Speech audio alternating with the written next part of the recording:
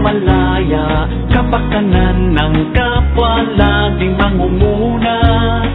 Bida sa salita at bida sa gawa, subok ng matatag, anumang hamong iharap.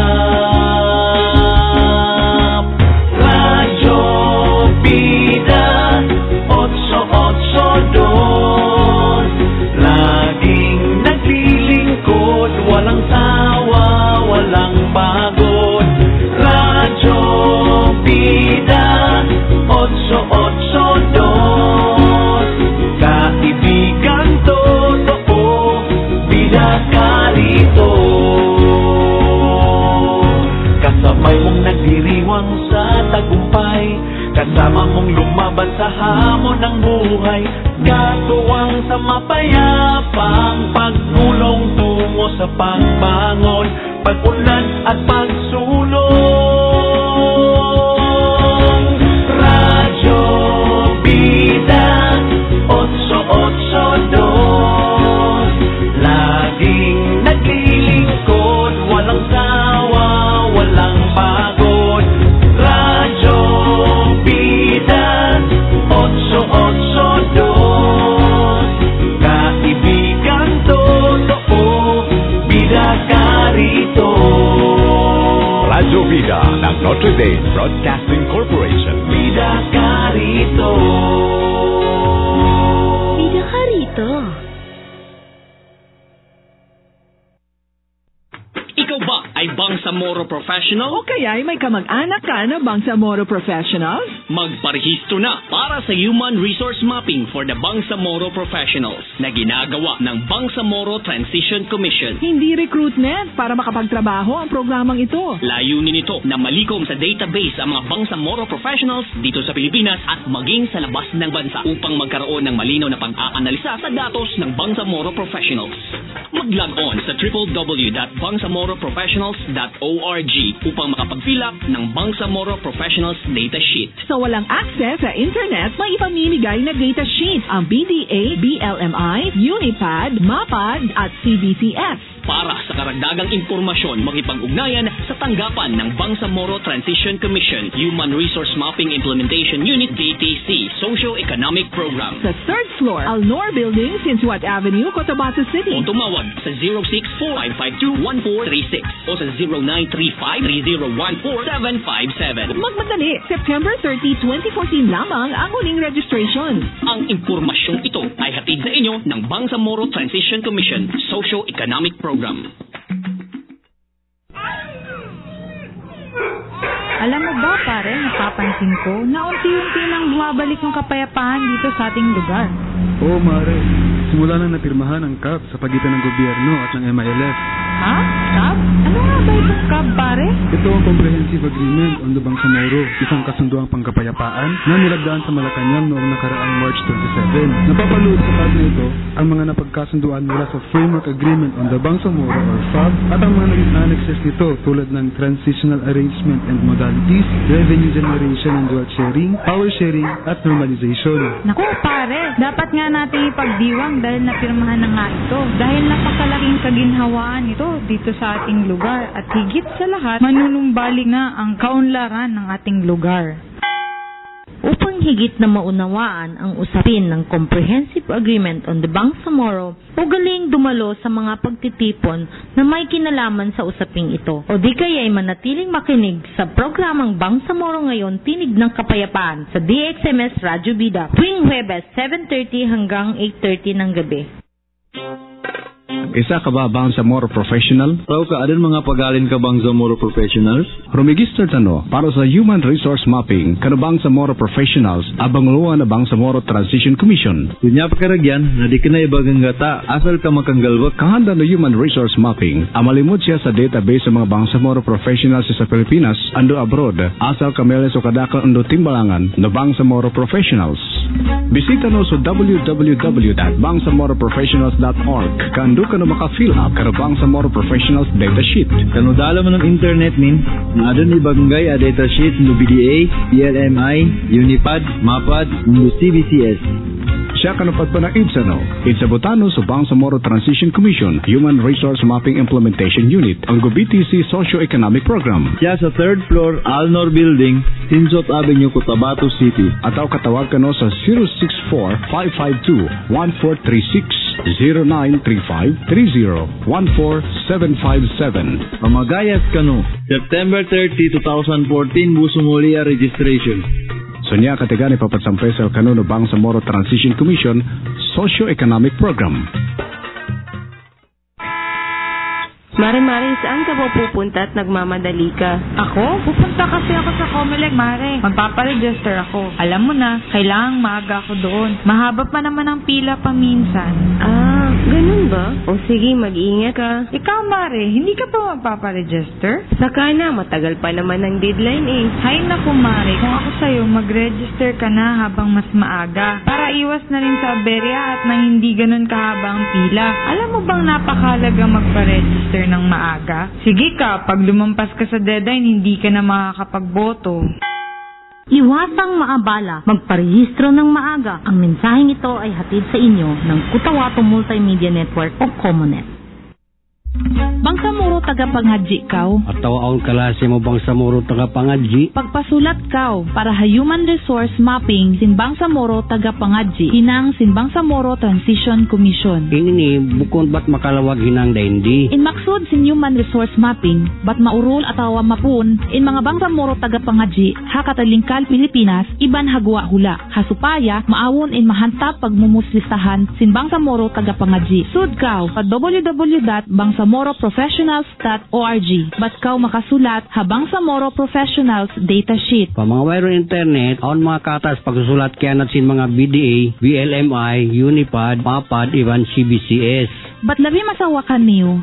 Hatihan niyo in Bangsamoro Transition Commission Human Resource Mapping Implementation Unit BTC Socio-Economic Program ha 3rd floor Alnor Building, Sinsuat Avenue, Cotabato City. Tawag ka mo pa 064-552-1436 at text ka mo 0935-3014-757. Sigla ka mo, sampay pa ha September 30, 2014 rakuman in pagsulat. In pahati ini dahing ha Bangsamoro Transition Commission Socio-Economic Program. Bangsamoro ngayon, tinig ng kapayapaan. Nagbibigay impormasyon ukol sa usapang pangkapayapaan, kaunlaran, pangangalaga sa kapaligiran, at iba pang mga kaganapan sa Mindanao. Bangsamoro ngayon, tinig ng kapayapaan. Nagbugay sa bawat sektor ng lipunan at tulay ng kapayapaan. Bangsamoro ngayon, tinig ng kapayapaan. Hatid sa inyo ng Cotabato Multimedia Network o COMONET. Samahan ng iba't ibang civil society organizations sa Mindanao. Bangsamoro ngayon, tinig ng kapayapaan.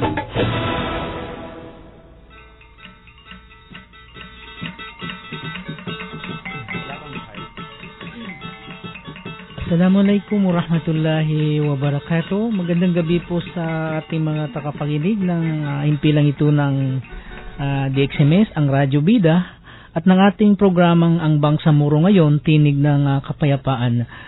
Araw po tayo ngayon ng Huwebes, mga kaibigan, August 14, 2014. Ito po ang pang-14 na beses na pagsasahimpapawid ng ating programang Bangsamoro ngayon, Tinig ng Kapayapaan ngayong taon na ito. Mga kaibigan, mga ka-network, at sa aming mga tagapakinig, ugalin po nating sumuporta sa usapang pangkapayapaan. Tama ka dyan, kasamang Bobby. Dahil sa pamamagitan ng ating pagsuporta sa usapang pangkapayapaan, ay makakatulong tayo sa pag-usad ng peace process sa pagitan ng gobyerno ng Pilipinas at ng MILF. Kaya sa aming mga tagapakinig, mga kaibigan at ka-network, samahan niyo po kami tuwing Huwebes ng gabi sa ating programang Bangsamoro ngayon, Tinig ng Kapayapaan. Mapya magabi, Pio Colongon. Ako po si Yusop Makabuat. At ako naman po si Bobby Benito. Kami po ang makakasama ninyo sa loob ng isang oras ng talakayang hatid sa inyo ng Cotabato Multimedia Network o COMONET.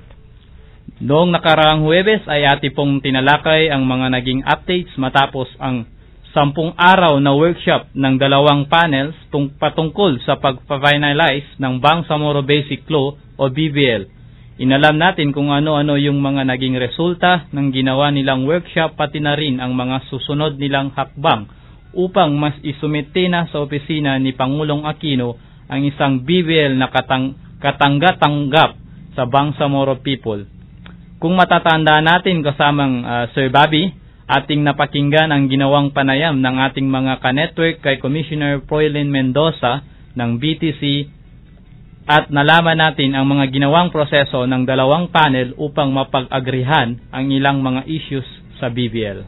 Yes, Brother Pla, at sa gabing ito mga kaibigan, atin namang tatalakayin ang mga updates pa rin sa lagayan o estado ng BBL.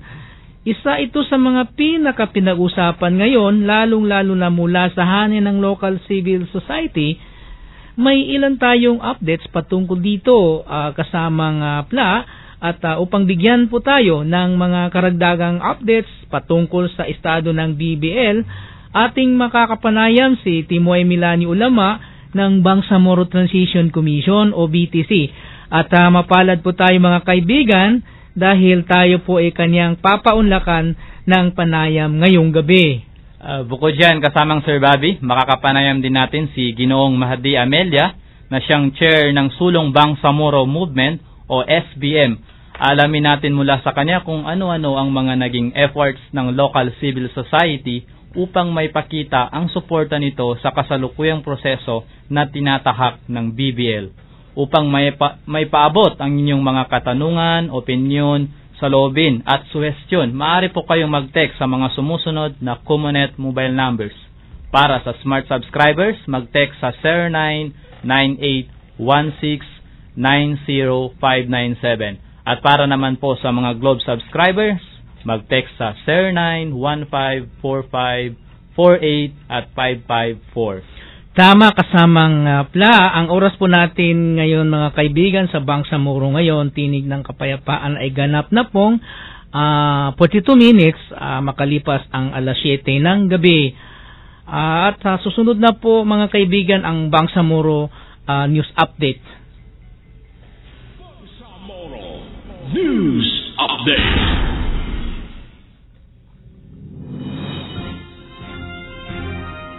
At sa ulo ng ating mga balita, Bangsamoro Basic Law na isumiti na sa Office of the President. Vice President Binay bumisita sa Maguindanao. Cotabato City ginulantang ng pagsabog. Field news from Alfonso, discussion with James R. Robinson on regional economic disparities. Field news from Alfonso pa rin, strategic planning ng Homeland Media Agency. News Update.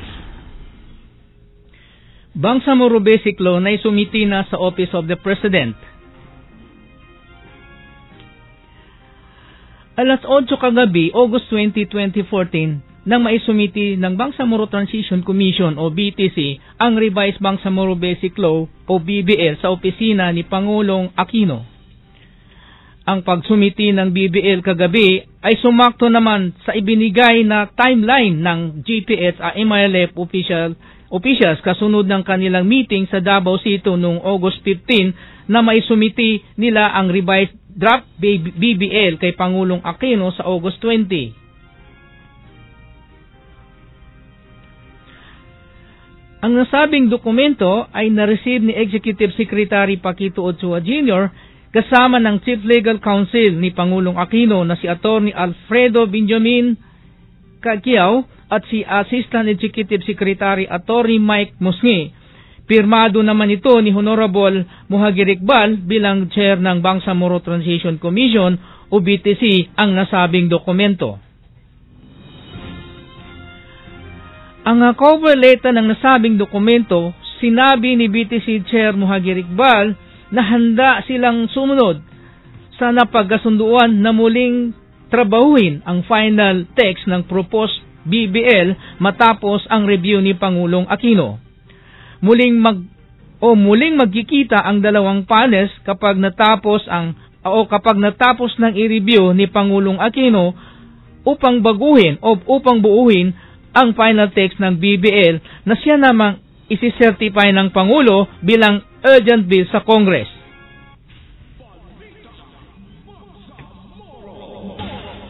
Vice President Binay bumisita sa Maguindanao.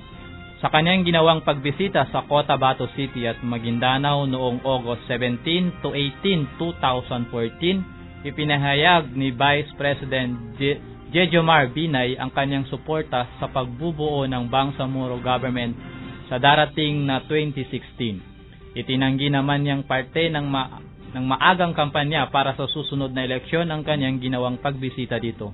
Binisita rin ni Vice President Binay ang bayan ng Sultan Kudarat kasabay ng pagdiriwang nito ng 67 founding anniversary. 3 beses na nagbanggit ng takbir si Vice President Binay kasunod ng kanyang suporta sa pagpasa ng Bangsamoro Basic Law o ng BBL. Tinugunan naman ito ng mga tao ng Allahu Akbar na ang ibig sabihin ay God is the greatest.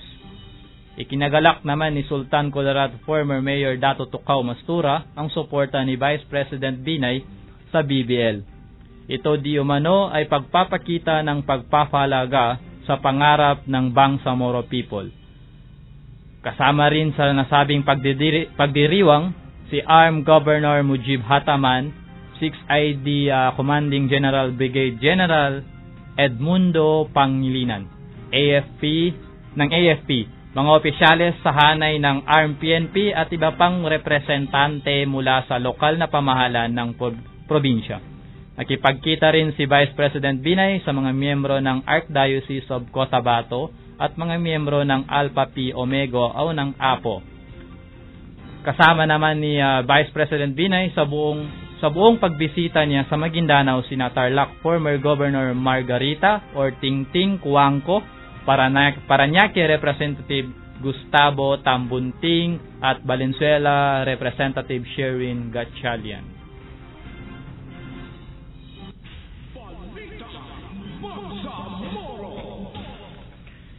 Cotabato City ginulantang ng pagsabog.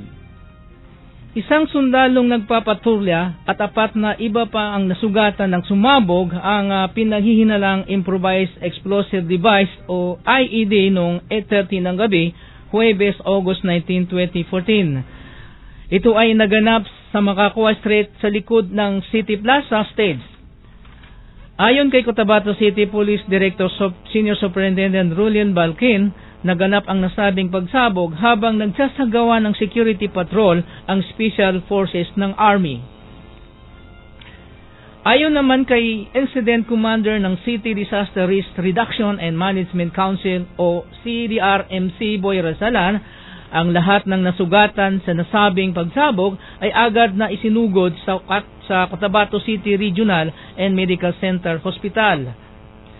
Isa sa mga lalaking biktima ay malapit lamang sa pinangyarihan ng pagsabog kaya agad itong hinimatay dahil sa tindi ng impact. Ang 4 pang biktima ay kinilala bilang sina Private Dondon Asuncion Bambao, 23 anyos, ng 5th Special Forces, fruit vendor na si Baingan Aliuden Angaw, 45 anyos ng Kampo Muslim, Mambay Ulandigan Datumanong, 33 anyos ng Lugay-Lugay, at corn vendor na si Abdurrahman Martin Uto, 22 years old ng Bulalo, Sultan Kudarat, Maguindanao.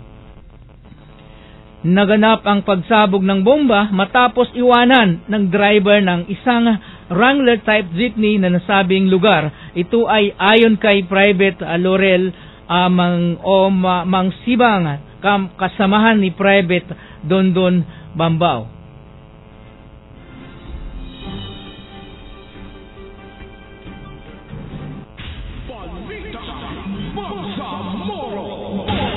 Meron po pala tayo ngayong news update sa field kay Brother To Alfonso. Nasa linya po siya ngayon. Brad?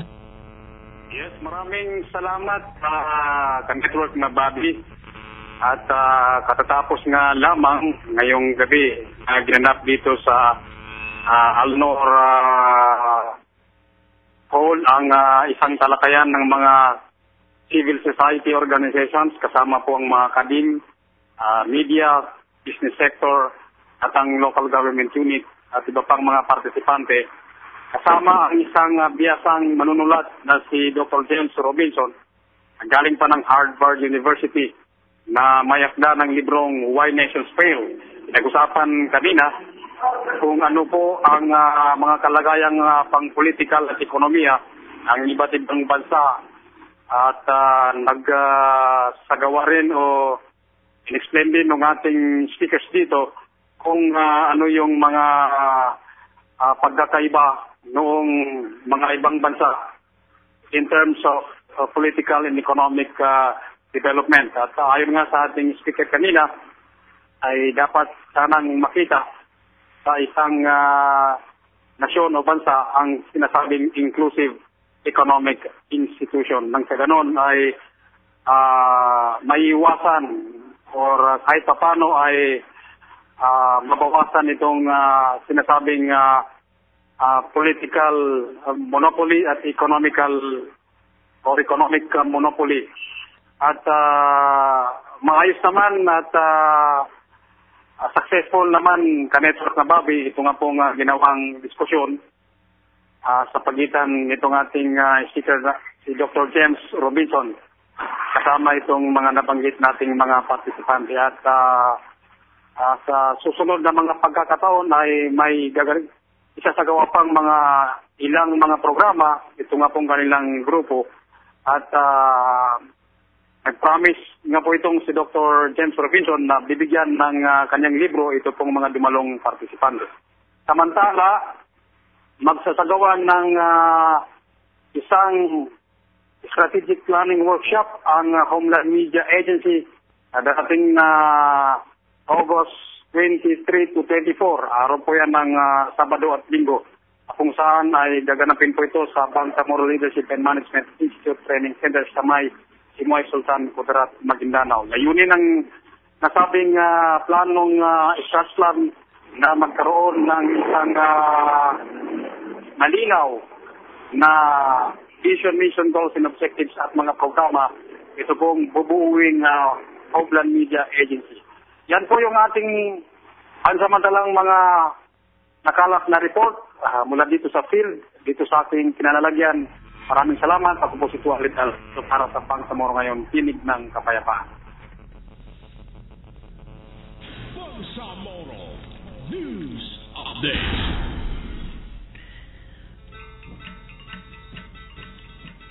Atin pong napakinggan ang mga naging kaganapan sa loob at labas ng Bangsamoro. Magpatuloy po ang ating programa.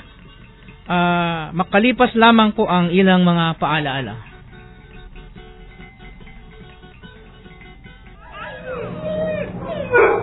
Alam mo ba, pare, napapansin ko na unti-unti nang bumabalik ng kapayapaan dito sa ating lugar. Oo, Mare. Simula na napirmahan ang CAP sa pagitan ng gobyerno at ng MILF. Ha? CAP? Ano nga ba itong CAP, pare? Ito ang Comprehensive Agreement on the Bangsamoro, isang kasunduang pangkapayapaan na nilagdaan sa Malacanang noong nakaraang March 27. Napapaloob sa CAP na ito ang mga napagkasunduan mula sa Framework Agreement on the Bangsamoro or FAB at ang mga naging annexes nito tulad ng Transitional Arrangement and Modalities, Revenue Generation and Wealth Sharing, Power Sharing at Normalization. Naku, pare, dapat nga natin ipagdiwang dahil napirmahan na nga ito. Dahil napakalaking kaginhawaan ito dito sa ating lugar at higit sa lahat, manunumbalik na ang kaunlaran ng ating lugar. Upang higit na maunawaan ang usapin ng Comprehensive Agreement on the Bangsamoro, ugaling dumalo sa mga pagtitipon na may kinalaman sa usaping ito. O di kaya ay manatiling makinig sa programang Bangsamoro Ngayon, Tinig ng Kapayapaan sa DXMS Radyo Bida, tuwing Huwebes 7:30 hanggang 8:30 ng gabi. Isa ka ba Bangsamoro Professional? Raw ka adin mga pagalin ka Bangsamoro Professionals? Rumigister tano para sa Human Resource Mapping kano Bangsamoro Professionals abang luwa na Bangsamoro Transition Commission. Dunya pakaragyan na di ka na ibagang gata asal ka makanggalwak. Kahanda no Human Resource Mapping, amalimod siya sa database sa mga Bangsamoro Professionals sa Pilipinas ando abroad asal kameles o kadakal ando timbalangan no Bangsamoro Professionals. Bisita no sa www.bangsamoroprofessionals.org. Kando ka na maka-fill up karo Bangsamoro Professionals data sheet. Kano dalo man ng internet min, na adon ibaganggay a data sheet no BDA, PLMI, Unipad, MAPAD, no CBCS.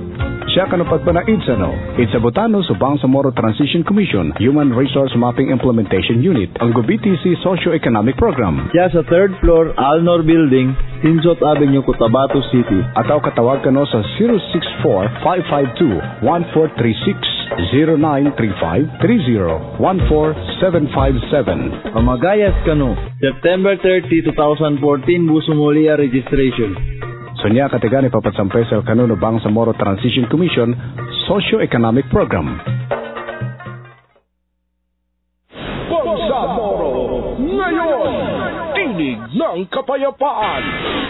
Nagbibigay impormasyon ukol sa usapang pangkapayapaan, kaunlaran, pangangalaga sa kapaligiran, at iba pang mga kaganapan sa Mindanao. Bangsamoro ngayon, tinig ng kapayapaan. Nag-uugnay sa bawat sektor ng lipunan at tulay ng kapayapaan.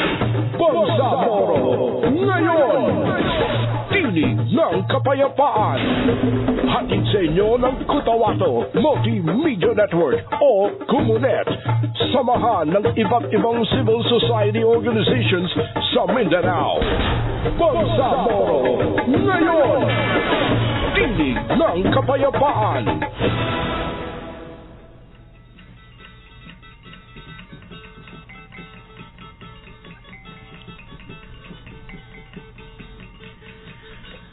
Ang oras po natin mga kaibigan sa Bangsamoro ngayon, tinig ng kapayapaan, ay ganap na pong 56 minutes makalipas po ang ika-7 ng gabi.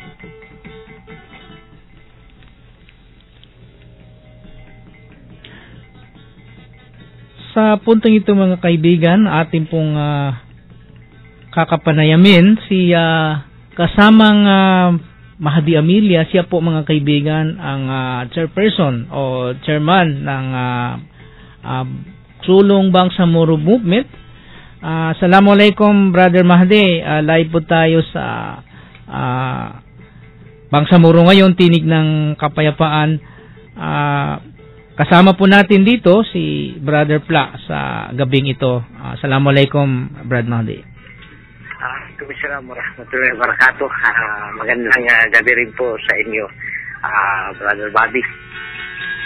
Opo, kami po ay nagpapasalamat dahil sa pagpapaunlak po ninyo na makapanayam kayo sa gabing ito.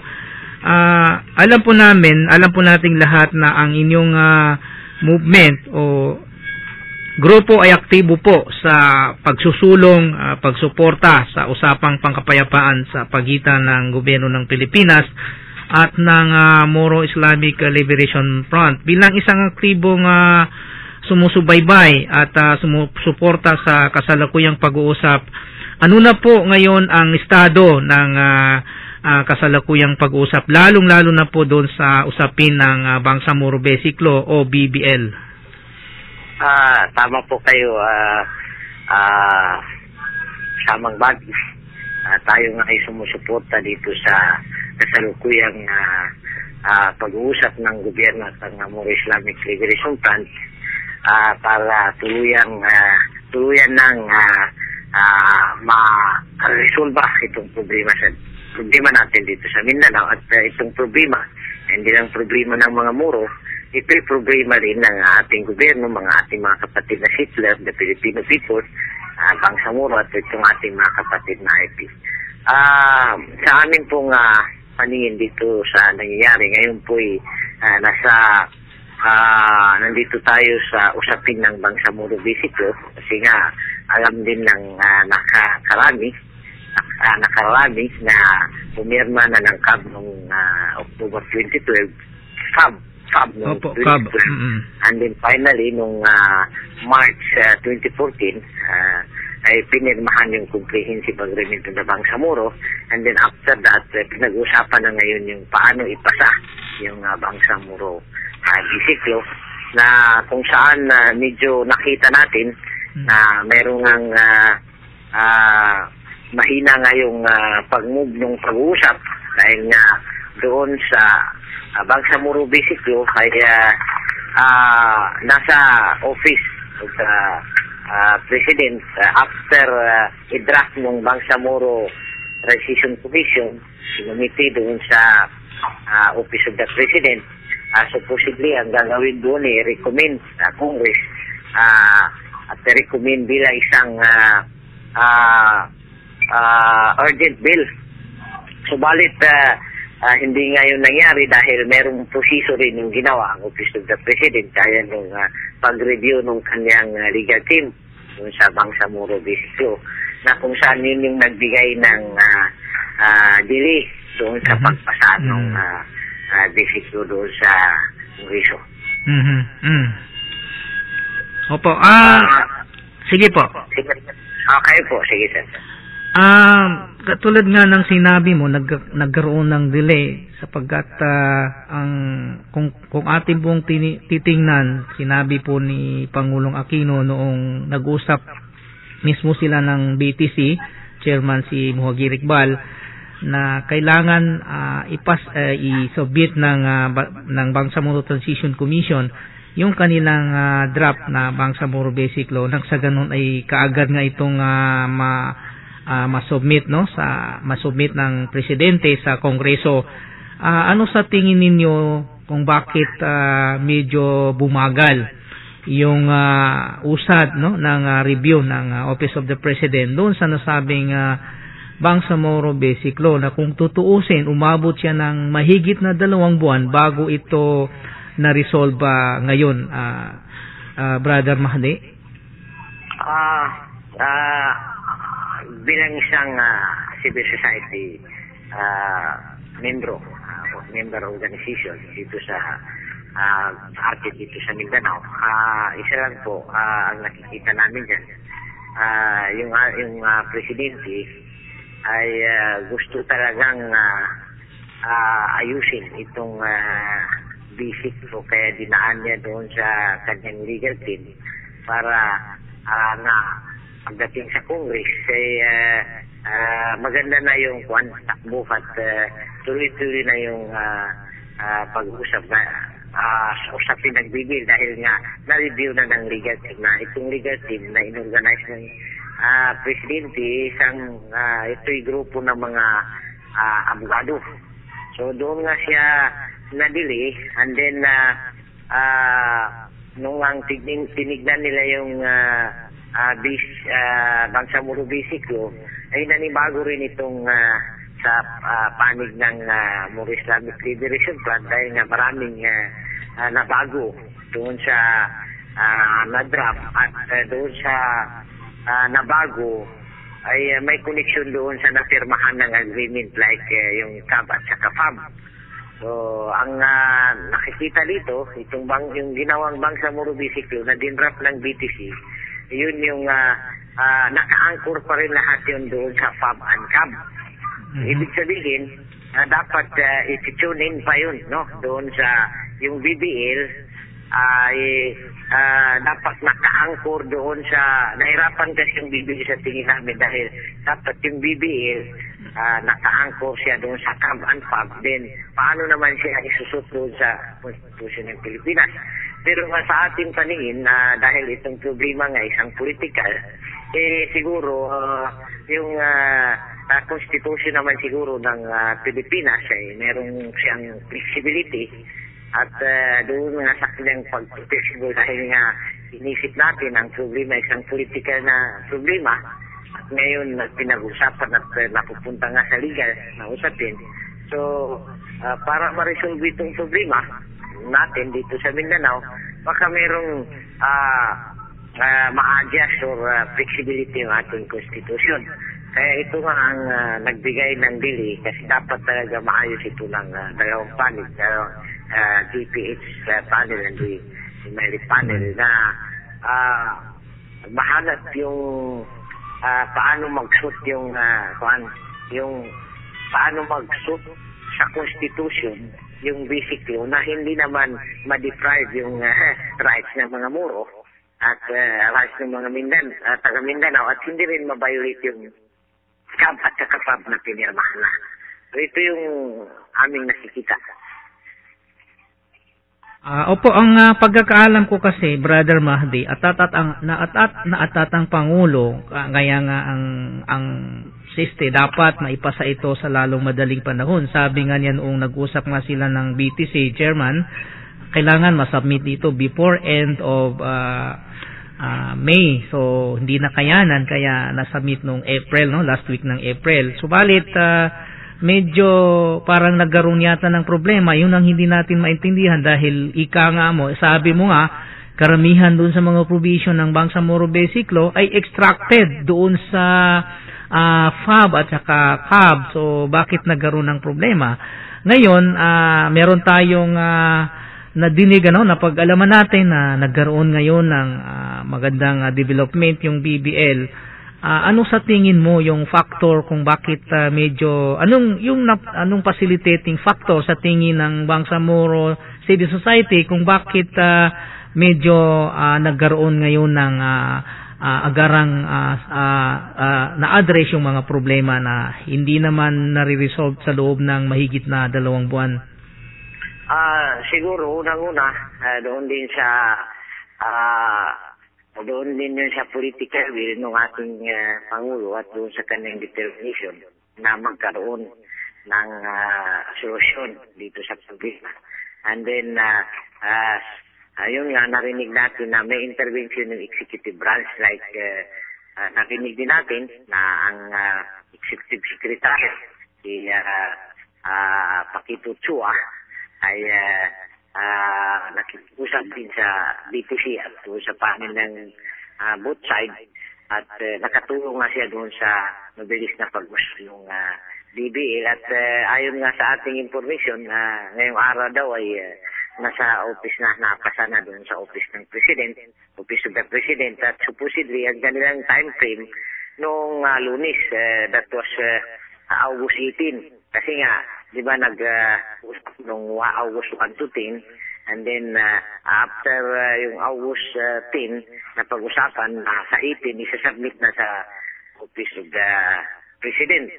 And then ngayon nga kanina meron tayong narinig sa balita, narinig na na-submit na daw sa Office of the President and the Office of the President will recommend it's urgent to dadahin na siyempre doon sa Congress at doon na yung doon na pag-usapan ng ating mga Kongreso yung Bangsamoro Basic Law. Opo. Sa tingin mo ba nangangahulugan ba dahil nga sa direct na involvement o intervention ng Malacanang sa pamamagitan ni Executive Secretary Ochoa, nangangahulugan ba na sincero ang Pangulo na resolbahin ang problema? Pangalawang katanungan, dahil nga nandun nga po sa kamay ng Pangulo ang Bangsamoro Basic Law, ano-ano po ba ang mga ginagawang aktibidades ngayon ng inyong samahan para po suportahan ng nasabing pag-uusap, Mahdi? Unang-una, itong ating grupo ay patuloy naman magpapatuloy siya doon sa pagpapaunawa ng Bangsamoro Basic Law, lalo pat kung itong Basic Law ay mapupunta na sa Kongreso at doon na pupunta yung siyempre lalabi tayo sa ating mga congressmen doon sa lower house at sa upper house. Simultaneously, yung mga move natin sa ground na patuloy na edukate yung ating mga grassroots communities tungkol doon sa pag-usad, siyempre pag-usad ng kapayapaan at peace talks. Pangalawa, yung mga ilang provision doon sa Bangsamoro Basic Law ay tuloy-tuloy yan hanggat magpa-plebiscite. At siyempre, bago naman yan magpa-plebiscite, ay dadaan pa yan sa Supreme Court after yung Congress matapos ng Congress yung BBL, din dadaan sa Supreme Court bago doon sa plebiscite. Tuloy-tuloy tayo dyan. Tuloy-tuloy ang ating grupo na gawin yung nararapat. Alam naman din ng nakarami na itong civil society organization ay katuwang ng gobyerno ang ating gobyerno at ang Moro Islamic Liberation Front katuwang niya para doon sa usapin ng kapayapaan at tumutulong na tayo sa pagpapaunawa sa ating mga patuloy na campaign at advocacy dito sa usapin pangkapayapaan. In fact, yung ginawa nga natin nung before isubmit ng BTC, during pala doon sa pag-draft ng BBL, pag-draft ng BTC doon sa BBL, meron tayong ginawang mga consultation itong mga grupo ng mga civil society na organize nga yung Mindanao Civil Society Organization Platform 50 na kung saan sila yung mga CSO na nag-conduct ng mga consultation sa town para nga mapasama yung kanilang mga recommendation doon sa drafted Bangsamoro Bisiklo na dinrat ng BTC. So tuloy-tuloy po yan na Brother Bobby. Opo, meron po karagdagang katanungan ang aking kasamahan dito, si Brother Pla. Sir, meron na akong isang katanungan or any updates po ba? Meron po ba tayong any updates na napag-usapan ngayon na kung saan nasa Office of the President na yung BBL, kailan naman po ito may susumite sa Office of the Congress? Meron tayong ayon sa ating informasyon, yung BBL ay susubmit ng presidente before mag-i-end yung August, before the end of this month, ay masumiti na yung Bangsamoro Bisiklo doon sa Congress. Okay, maraming salamat sir. Yun lang po yung katanungan ko. Opo, nangangahulugan na kasamang Mahdi na tuloy-tuloy na ito. Ibig sabihin dahil nasa kamay na ito ng Pangulo, dire-diretso na ito na isubmit sa Kongreso o kaya ito'y ibabalik pa sa Bangsamoro Transition Commission. Ano sa tingin ninyo ang maaring mangyari? Siguro dahil nga may intervention din yung executive, like yung pagpunta ni pag-intervene ni Executive Paquito Chua, Secretary Paquito Chua, then mayroon silang napag-agrihan din, sinabit nila sa Presidente. Yung pag nahawakan na yun ng Presidente at nag-agreed na yung dalawang panel natin, including yung BTC, isusubmit na yun ng Pangulo sa tuloy-tuloy na yung submission ng Bangsamoro Bisiklo doon sa kaya nga sinasabi nila na before the end of this month masusumiti na yung bibil doon sa Kongreso. Opo, ngayon nga pong nasa kamay na ng Pangulo ang BBL at sinabi nga ninyo kanina ito ay tuloy-tuloy na ano po ba ang mga plano o ano yung mga susunod na hakbang ng inyong organization sa bagay na ito, Mahdi? Siguro, gaya nga ng aming sinabi, hindi po tayo titigil dito sa pulong natin sa pangpanig na ma-update yung ating mga kababayan sa ground para nga hindi rin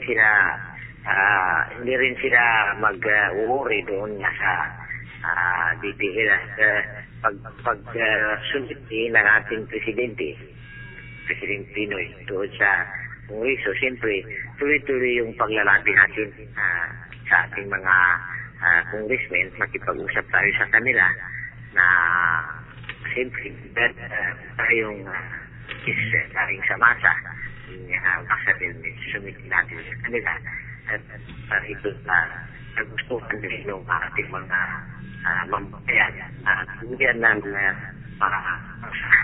itong Bangsamoro Bisiklo para doon sa kapakanan ng ating lugar at siyempre kapakanan ng mga mamamayan dito sa Mindanao. Okay. Okay po, maraming salamat po Sir Mahdi Amelia po ng chairman ng Sulong Bangsamoro Movement. Inyo pong ibinahaging impormasyon sa amin at sa ating mga tagapakinig. Sana ay mapaunlakan niyo po pa kami muli sa mga susunod naming programa. Maraming salamat din sa inyo, Mr. Bobby Benito at Yusuf Makabot. Maraming salamat. Magandang gabi. Assalamualaikum warahmatullahi wabarakatuh. Tinig ng Kapayapaan.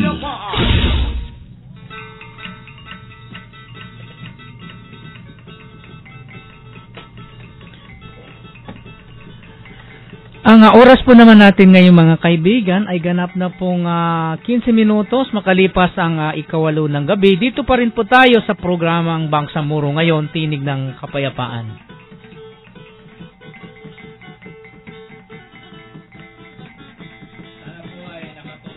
Programang Bangsamoro ngayon, Tinig ng Kapayapaan, para mas maunawa natin ng mabuti ang mga updates at iba pang activities na may kinalaman sa pag-usad ng peace process na nangyayari sa pagitan ng gobyerno ng Pilipinas at ng MILF. Sa mga nais pong magpadala ng mga komento, reaksyon, hinaing o panawagan, maaari po kayong mag-text sa ating Comunet mobile numbers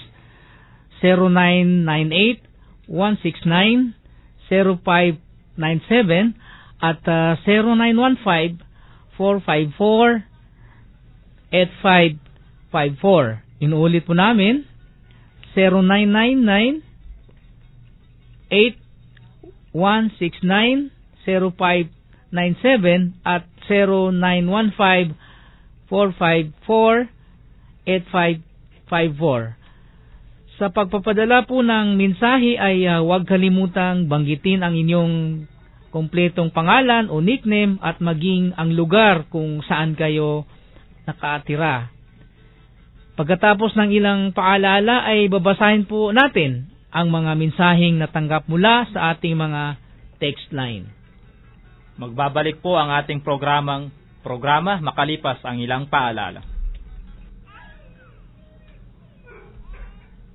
Ikaw ba ay Bangsamoro Professional? O kaya ay may kamag-anak ka na Bangsamoro Professionals? Magparehistro na para sa Human Resource Mapping for the Bangsamoro Professionals na ginagawa ng Bangsamoro Transition Commission. Hindi recruitment para makapagtrabaho ang programang ito. Layunin nito na malikom sa database ang mga Bangsamoro Professionals dito sa Pilipinas at maging sa labas ng bansa upang magkaroon ng malinaw na pag-aanalisa sa datos ng Bangsamoro Professionals. Mag-log on sa www.bangsamoroprofessionals.org upang makapag-fill up ng Bangsamoro Professionals Data Sheet. Sa walang access sa internet, may ipamimigay na data sheet ang BDA, BLMI, Unipad, MAPAD at CBCS. Para sa karagdagang impormasyon, makipag-ugnayan sa tanggapan ng Bangsamoro Transition Commission, Human Resource Mapping Implementation Unit, BTC, Socio-Economic Program. Sa 3rd floor, Alnor Building, Sinsuat Avenue, Cotabato City. O tumawag sa 0645521436 o sa 0935-3014-757. Magmadali, September 30, 2014 lamang ang huling registration. Ang impormasyong ito ay hatid sa inyo ng Bangsamoro Transition Commission, Socio-Economic Program. Alam mo ba pare, napapansin ko na unti-unti nang bumabalik yung kapayapaan dito sa ating lugar. Oo, Mare. Simula nang napirmahan ang CAP sa pagitan ng gobyerno at ng MILF. Ha? CAP?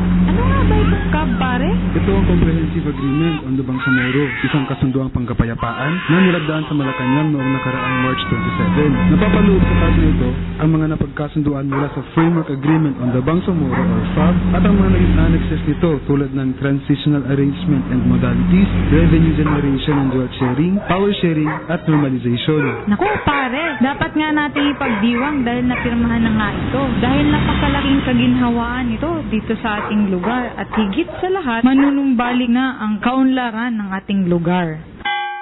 Upang higit na maunawaan ang usapin ng Comprehensive Agreement on the Bangsamoro, ugaling dumalo sa mga pagtitipon na may kinalaman sa usaping ito. O di kaya ay manatiling makinig sa programang Bangsamoro ngayon, Tinig ng Kapayapaan sa DXMS Radyo Bida, tuwing Huwebes 7:30 hanggang 8:30 ng gabi.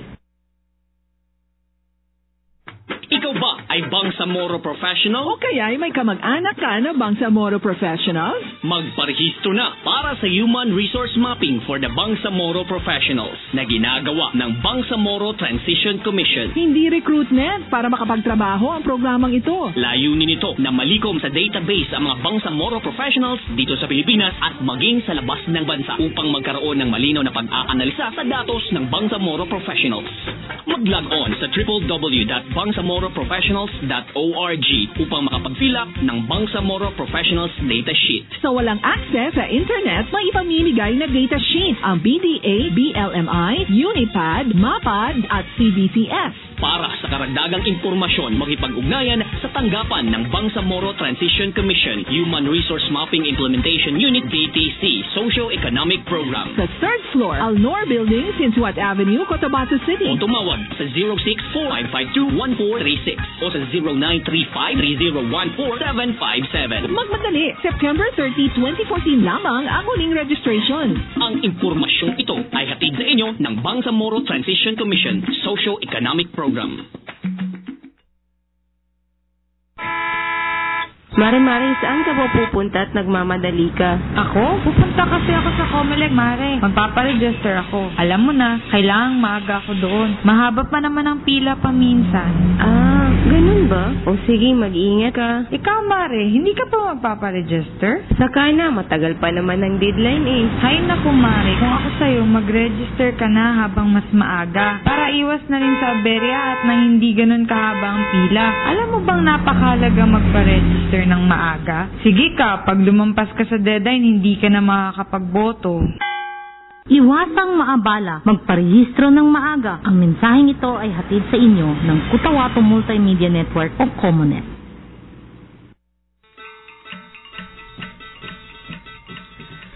Nagbabalik po ang ating programang Bangsamoro ngayon, Tinig ng Kapayapaan. Ang oras po natin dito sa Radyo Bida ay ganap na pong 21 minutes makalipas po ang alas 8 ng gabi. Kami po mga kaibigan ay humihingi po sa inyo ng paumanhin sapagkat isa po sa ating dapat na interviewin si Timoy Milani Ulama, ang membro po ang isa sa mga commissioners ng Bangsamoro Transition Commission ay medyo hindi po mabuti ang kanyang kalagayan, masama po ang kanyang karamdaman, kaya siya po ay humihingi ng paumanhin sa ating mga tagapakinig. Hayaan po ninyo mga kaibigan sa mga susunod, sa mga susunod po na ating mga programa, baka sakali na nasa mabuti ng kalagayan ang ating isa sa ating mga commissioners.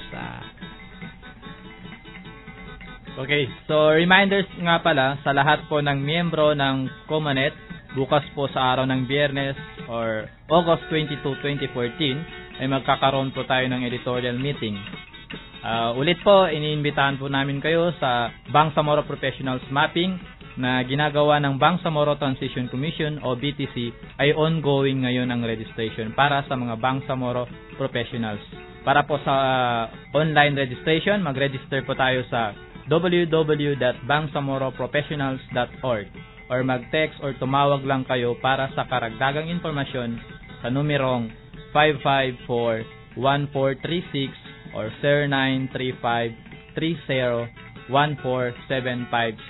At kung wala naman po kayong mga connection, kagaya po ng mga remote areas na hindi maka-access ng internet, pwede naman po tayong mag-register sa pinamimigay na data sheet o form sa inyong tanggapan ng BLMI, Unipad, MAPAD, BDA, CBCS at HRM Implementation Unit na matatagpuan sa Alnor Building sa tabi lamang po ng JICA office. Actually, Sir Bobby, galing din kami nung last week. Galing kami ng Tawi-Tawi, kung saan ang MAPAD, isa po kabilang ako doon. Meron kaming ginawang human resource mapping sa Tawi-Tawi nung August 9 and 10 at August 2 and 3 sa Sulu naman. Kung saan positive naman yung naging information drive campaign natin, ang Bangsamoro Human Resource Mapping, na suportado naman ng mga umaten. Opo. At inuulit ko po yung reminders kanina ni kasamang Pla. Ang bukas na po yung ating editorial meeting at ito po ay gaganapin sa Forum GFD office, ganap ng alas 2 ng hapon. Kita-kita po tayo doon mga kaibigan, mga ka-network. At binabati ko rin po ng isang maligayang pakikinig yung ating mga tagapakinig diyan po sa may Kabakan, lalong-lalo na po sa Barangay Bulit. Meron pa pala tayong tagapakinig doon, no? Sorry po, nakalimutan po natin yung pangalan. But anyway, kami ay nagpapasalamat at saka ina-appreciate po namin sa ngalan po ng Comunet at ang Bangsamoro ngayon, inyong walang sawang pakikinig, no? Salam sa inyong lahat yan. At maraming salamat din po sa pag-accommodate ng ating mga kababayan na diyan po sa Pulumulok. Malakas po ang tapon natin sa Pulumulok, South Cotabato, Brother Pla. At yun po, kanina nga po, medyo naklaro na po tayo ngayon kung ano na po yung kahihinatnan ng Bangsamoro Basic Law at ina-appreciate nga po itong agarang pagresolba sa mga issues, yung contentious issues, no, yung hard issues na hindi siya nare-resolve kaagad, no. Tayo ay lubusang nagpapasalamat at ina-appreciate natin yung initiative, no, yung direct na involvement ni Executive Secretary Paquito Ochoa sa Peace Talks. Dahil po sa kanyang involvement, direct na involvement, kaya po nagkaroon ng agarang solusyon doon sa problema ng sa pagitan nung nasa peace panels.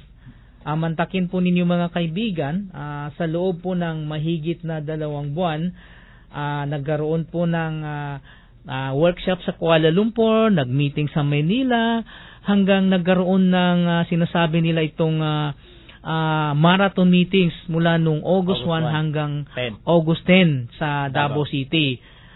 Subalit kung atin pong babasahin yung statement na magkabila, medyo mabagal po yung usad ng pag-workshop dahil nga meron nga pong re-resolbahin doon sa language, doon sa wordings ng mga provision ng Bangsamoro Basic Law.